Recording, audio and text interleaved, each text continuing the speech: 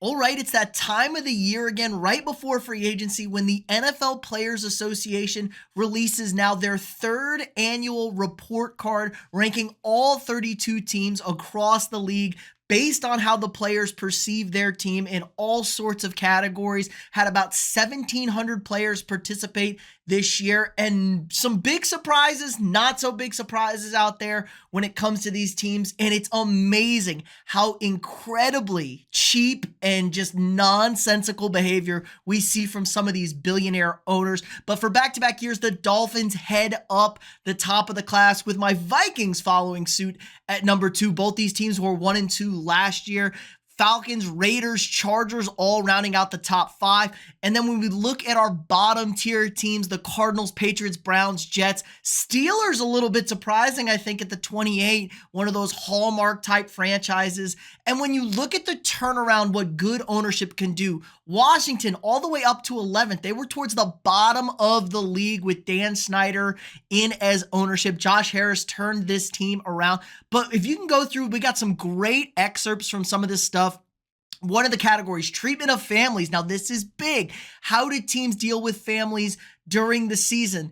3 NFL teams do not offer daycare for the players' families during home games, and 10 do not have a family room at their stadium. The Bengals, an F-, the only team to not offer either of those benefits. You're basically on your own, and this has been a massive rip on the Bengals. It's the cheapest ownership in the league. They treat this like, they treat it like it's a baseball team. Like, we don't give a shit. We're going to cut costs everywhere and just try and get money.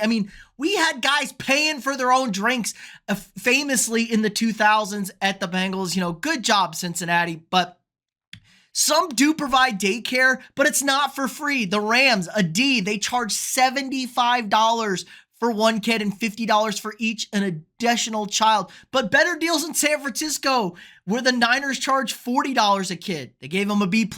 Tampa Bay had been charging $90, but after last year, this came out, they stopped charging it. They read the feedback. And that's the whole key with this situation. These report cards come out. The teams are supposed to take the feedback from their players, trying to look into the areas where they can improve. And this has had a decent impact on free agency. Players do not want to go to places that aren't a good place to play, especially when the contracts and money are close. These things matter. You want to be one of these top, 5, 10 teams in the league. Look about some of these teams. Raiders, Vikings have a ton of money to spend this offseason, and those are going to be enticing places to go. Mark Davis, one of the poorest owners, if not the poorest owner in the league, still providing excellent services to his players. That means a lot to me. That's why people like playing for the Raiders. Even with the, they don't have all these funds. When you look at these teams, some of these guys are crazy rich billionaires. No surprise, Woody Johnson out here being cheap as can be. But some other awesome stuff to go through here. Team travel. Locker room, Browns F- for locker room, Cardinals F- for locker room, Bills F- for team travel. Now, to be fair, flying out of Buffalo is probably not the best, but there were some other good ones here. Obviously, look at my Vikings, A+. I'm just going to brag about my boys. Falcons A, Dolphins, Cowboys, Seahawks, all A-. And Seattle, they take a lot of long trips flying up from the Pacific Northwest. A lot of travel for them. Same with Dallas, flying from Dallas to Washington, New York, and Philadelphia. Good on the Cowboys. Jerry Jones, not a cheap bastard. Love it.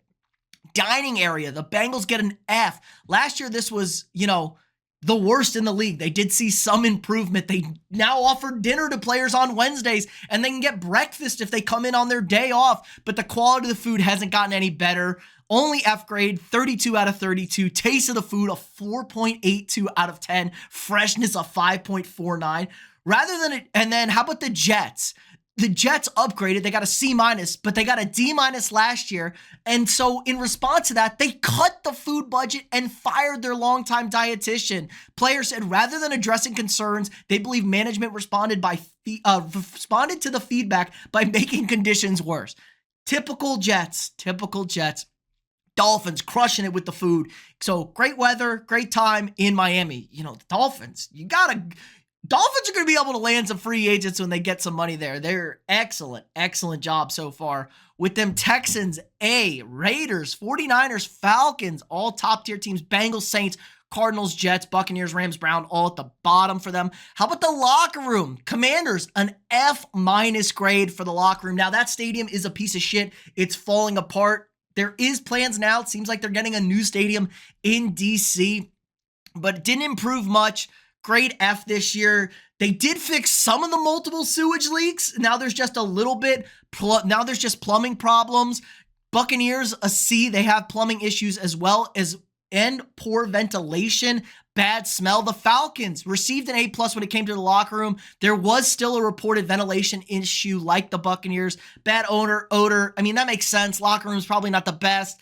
They're dingy, it's wet, it's sweaty, it's gross. Now, the Chiefs, they did manage after all these Super Bowl runs. They got an F, and they were getting killed for this nonsense. They upgraded. It's now a D-. And how about the majority of the Jets? They think it's big enough, the locker room, but needs to update. The carpet is stained and feels like it's been there for decades. That's hilarious. Patriots players bitching about their carpeting as well. Dingy with pieces missing. Vikings, A+. Gotta love it. Falcons, Bengals. Bengals somehow have a great locker room. Good for the Bengals. They got one thing good, great locker room. Everything else, the treatment of their players, the spending, garbage. How about the Patriots? They have their own team playing. It's an F. Some players report some of the seats come with ashtrays. How old is this plane? Holy shit. And they don't offer Wi-Fi during flights, which is kind of super lame. Guys, just get the Wi-Fi for the players. It's 8 trips a year. It's 16 trips, 8 there and back. Get it done. Not like the Patriots are in the playoffs recently. But Chiefs did make improvements off of last year's criticisms, but they say they are awful with their home hotels, which is crazy. You think Kansas City would have good accommodations, especially for the Chiefs? I mean, come on. We're winning Super Bowls left and right in Kansas City. Get it fixed. Players say their home games hotel is well below standard. The report that it is outdated, the beds are uncomfortable, and many players even keep their shoes on in the room because the floors, especially in the bathroom, are dirty and sticky. Leftover trash from previous occupants is also a common issue. It's no surprise Chiefs home games hotel scored the lowest across the entire NFL. Dolphins top, Raiders, Vikings, Commanders, Saints, Broncos, Bills, F-, Patriots, F, Eagles, Panthers, D, or F, and then the D for the Browns. Just bad. It's all bad. Come on, guys. And then ownership is our big kicker on this one.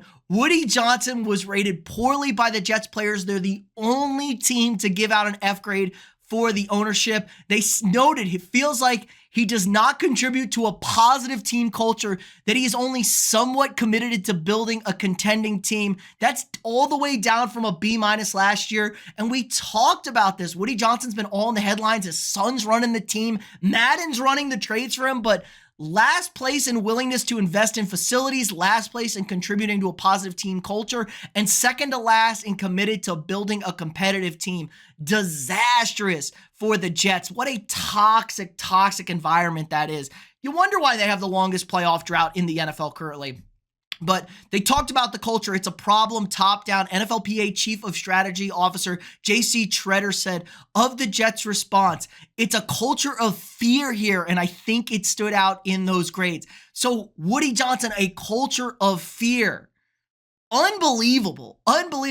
And now tops, obviously, Dolphins, A+, Vikings, Falcons, Broncos, A, Chargers, Raiders, Texans, Commanders, Ravens, Saints, all with top marks as well. So as we wrap this thing up, all sorts of areas for teams to focus on. Kind of a big deal. We've seen a little bit of movement, teams responding to players and players making free agent decisions, taking these grades into account. You gotta do better if you're at the bottom of this league. Why are these owners so cheap, so not?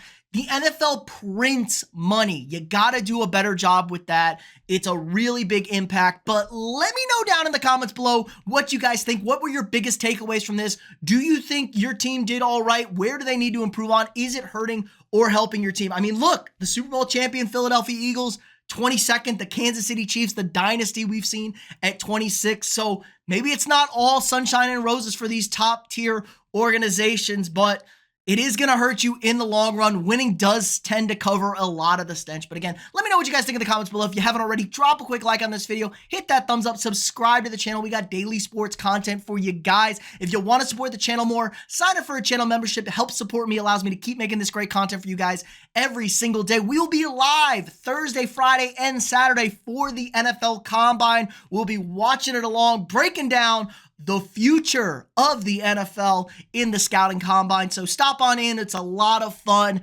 Again, like, subscribe, and share, and I'll see y'all tomorrow.